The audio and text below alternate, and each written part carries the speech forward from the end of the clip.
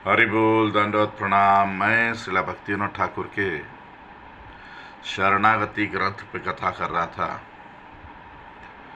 तो पहले तो भक्तिविनोद ठाकुर ने शरणागति के 6 अंगों पे बहुत सारे कीर्तन लिखे हैं। आखिर में भजन लालसा का मतलब भक्ति की इच्छा बढ़ाने के लिए क्या भाव होना चाहिए, तो उसमें आज 13वां कीर्तन पढ़ रहा हूँ। गुरुदेव कबे तव करुणा प्रकाशे, श्री गौरांग लीला है नित्य तत्व। ए दृढ़ विश्वासे हरि हरि बलि गोद्रु में कानने, ब्रह्मीबा दर्शन आशे। ओ गुरुदेव, कब आपकी कृपा होगी? मुझे गौरांग महाप्रभु के लीला में, जो कि नित्य है, श्रद्धा निष्ठा बढ़ेगी। मैं गोद्रुम के वन में, जंगल में हरि हरि बोल के घूमूंगा भगवान गौरांग महाप्रभु के दर्शन की इच्छा से। निताय गौरांग अद्वैत श्रीवास गदाधर पंचजन, कृष्ण नाम रसे भाष्य बे जगत करी महासंकीर्तन। भगवान जो 5 स्वरूप लेकर आए, चैतन्य महाप्रभु, नित्यानंद प्रभु, अद्वैत आचार्य, श्रीवास पंडित और गदाधर, वे लोग भगवान कृष्ण का नाम संकीर्तन करते हुए सारे जगत को जैसे डुबा देंगे। नर्तन विलास मृदंग वादन सुनिबा आपन खाने, देखिया देखिया से लीला माधुरी बासीबो प्रेमे रबाने। जब मुझे उनकी लीलाओं का दर्शन होगा, वे भगवान का नाम करते हुए, मृदंग बजाते हुए नाच रहे प्रेम में,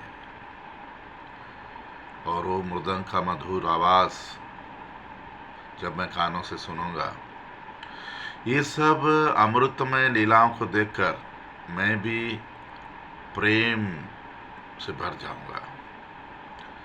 ना देखी आबार से लीला रतन, कांदी हा गौरांग बली, आमारे विषयी पागल बलिया अंगे ते दिबे का धूली।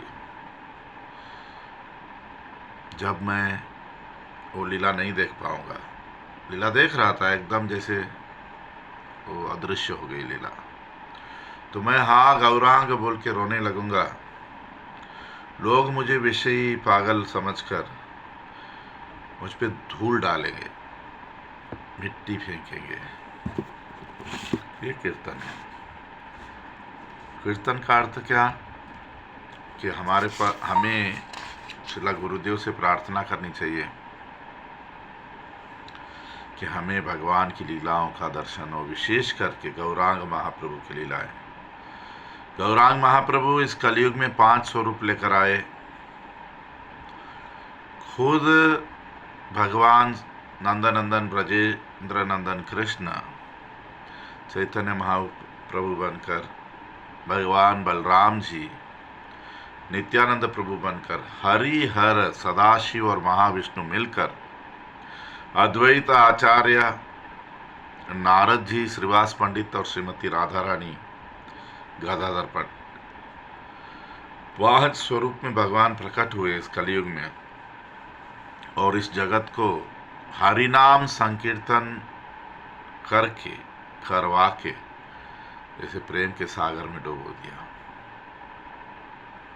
कीर्तन में साथ में मधुर मधुर मृदंग, भगवान प्रेम से नाच रहे हैं। ये सब देखने की इच्छा हमारे